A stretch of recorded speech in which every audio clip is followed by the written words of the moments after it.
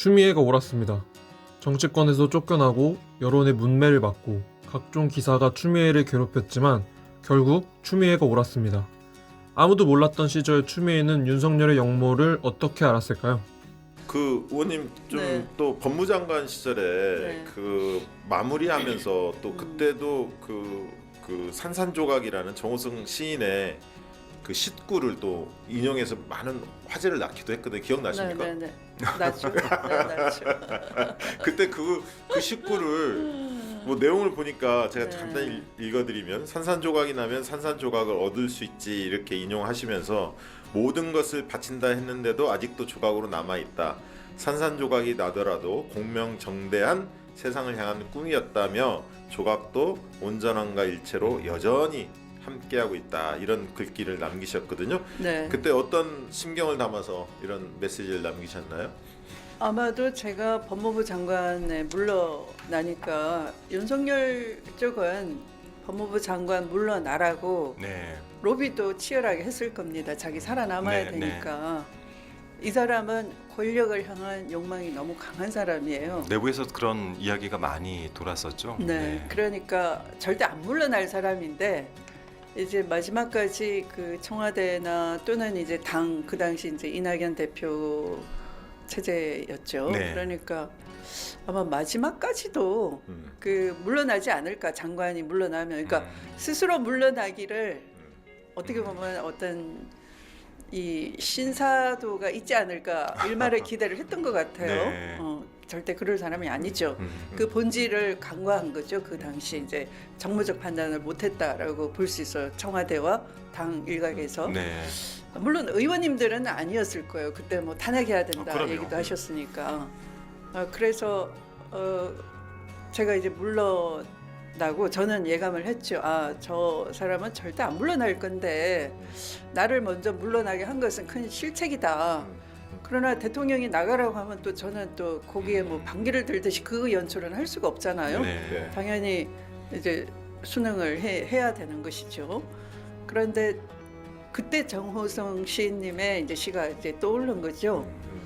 이 부처님 그 흙으로 빚은 부처님이 어떻게 하다가 땅바닥에 떨어져서 산산조각이 났지만 네. 또 산산조각이 나면은 버리는 게 아니고 내 안에 그 산산조각을 얻을 수가 있고 오히려 이 검찰 개혁을 향한 제 의지는 너희들 아무도 못 꺾어. 나를 이렇게 물러나게 만든다 해도 그런 일을 꾸며도 네. 내 의지는 절대 못 꺾고 난 반드시 이루고야 말 거야. 그런 다짐이 더 강해지는 거죠.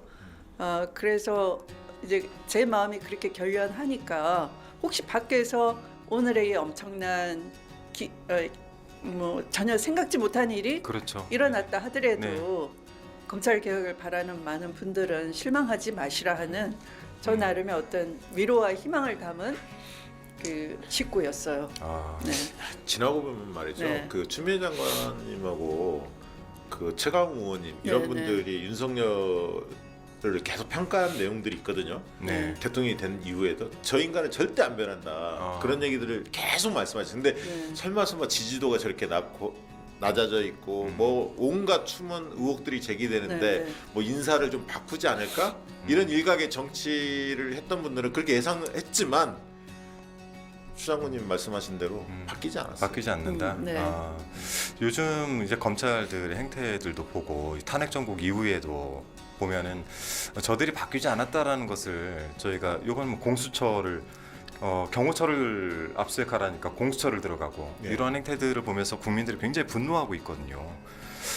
검찰 개혁이 필요하다 이런 거는 당내에서도 다 이제 저희가 공감을 하고 있는 내용이지만 더 그런 지점들이 이번 탄핵 정국에서 많이 나타나고 있는 것 같지 않습니까? 네. 그렇죠. 네. 그 지금 공수처 압수수색 하는 것은 네. 굉장히 검찰로서는 반역행위나 똑같은 겁니다. 그렇죠. 본인들을 수사할 수 있는 네. 공수처인데 네. 거기를 압수수색을 했단 말이죠. 지금 같은 때. 네. 아, 그건 공수처로 하여금 수사 방해를 하는 거나 똑같죠. 네. 네. 그리고 검찰은 이 사건 12.3 내란에도 포함되어 있고요. 네, 네. 제가 조만간 이 검찰의 실체를 밝힐 겁니다. 그래요. 네, 네. 그 윤석열 정부가 출범하면서 또 추미애 그 의원님께서 남기신 말씀이 또 화제가 되기도 했습니다. 어록으로. 그래서 어떤 게 이제 있습니까? 2021년 이제 7월 30일 날 윤석열이 이제 국민의힘 입당을 하지 않습니까? 그걸 이제 비판하신 글이 있습니다. SNS 네네. 화제가 됐었는데 국민의힘은 정치군인 전두환에 대한 환상을 아직도 거두지 못하고 정치 검사를 받아들인 후과를 두고두고 감당해야 할 것이다. 라는 진짜 애언 같은 글을 그 당시에 남겨주셨어요. 근데 결국 지금 와서 굉장히 국민의힘 후과를 네네. 뭐랄까요 감당하고 있는지는 모르겠습니다만 후과가 만만치 않습니다. 탄핵으로 네. 이어지고 있고. 어떤 지점에서 저런 생각을 하시게 된 건가요? 윤석열 검찰이 어떻게 보면 검찰권을 가장 독하게 네. 권력 지향형으로 가장 잘 활용한 집단이라고 할 수 있죠. 그러니까 그 전에 검찰은 그 어떻게 보면 그들의 브레인을 이 군부는 머리가 부족하다라고 스스로 네, 인정을 네. 하는 거죠. 그러니까 경제 권력은 뭐 재경부 관료들에게 그렇죠. 의존을 했고 네. 이 법률적으로 통치술 독재의 수단으로서의 법률은 주로 이 서울법대 고시 출신을 활용을 해 왔는데 네. 두 번의 전직 대통령을 감옥에 가두고 또 윤석열 본인이 박근혜 국정농단 사건의 네. 수사를 맡으면서 그 특검을 통해서 국민적 영웅이 됐어요. 그렇죠. 그러니까 이 인기를 가지고 본인이 생각할 때 문재인 정부의 문재인 대통령은 자기들이 만들어줬고 자기들이 1등 공신이라 생각하는 거예요. 권력이 엉뚱한 사람한테 가 있다라고 생각하는 거죠. 네, 그게 불만이었어요.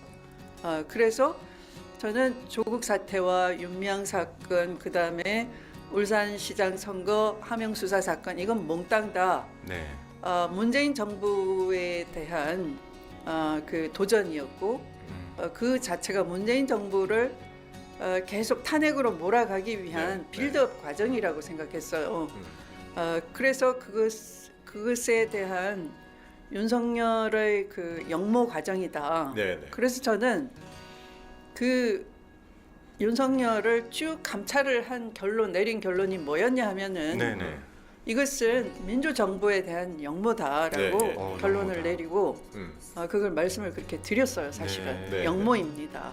네. 그 당시에 이제 방송에서 항명 윤석열의 네. 항명이다 이 얘기도 많이 했었는데. 그것은 그냥 저와의 관계에서 네. 법무부 장관의 지휘권 행사에 대해서 당연히 받아들여야 되는데 검찰청법에 따라서 네. 받아들여야 되는데 안 받아들이는 건 거기에 항명이고. 대한 항명인 것이고 네. 이 전반적인 과정 말씀드린 조국 사건을 통한 그 수사 또 청와대에 대한 압수수색 윤미향 사건 네. 이런 것들은 단순히 윤미향 개인을 겨냥한 것이 아니라 네. 그 한일 관계에서 위안부 합의는 굉장히 한 변곡점이었어요. 네. 국민 정서와 그 일본과의 관계 네. 그리고 그걸 잘못 건드린 이 박근혜 정부 또 이것을 사법부가 어떤 사법부의 민원을 해결하기 위해서 네. 이 사건을 좀 비틀잖아요. 네. 네. 그런 것들을 볼 때 네. 이것은 윤석열이 우리나라의 그 한미일 간의 관계도 그 자기 정치 환경을 위해서 활용을 하는 것이고 또 검찰권도 자기가 그 인기몰이를 계속 해가면서 당시의 정권 자신을 검찰총장으로 임명해준 정권을 국민과 민심 위반을 자꾸 벌리려고 하는 네. 모종의 계획의 연장선이다라고 결론을 내렸고 네. 그래서 그걸 저는 저가 내린 종합 결론은 역모였어요. 역모였다. 역모라고 보고를 드렸어요. 아, 네. 그런데 대통령님께. 네. 그런데 이제 당시에는 믿으셨지만 네. 저와 제가 눈을 맞추면서 제가 일일이 자료 근거 제시하면 믿지만 저는 그 자리에서 그 순간 보고하고 가는 거죠. 그럼 그 다음부터 이제 판단은, 네. 대통령을 둘러싼 것은 청와대 참모들이고 또 언론의 눈치를 보는 것이고 네, 뭐 네. 그렇기 때문에 흔들릴 수가 있는 거잖아요. 음. 제가 내린 결론은 역모였고 결국 네. 지금도 국민에 대한 역모인 거잖아요. 그렇죠. 네, 끊임없이. 변하지 않.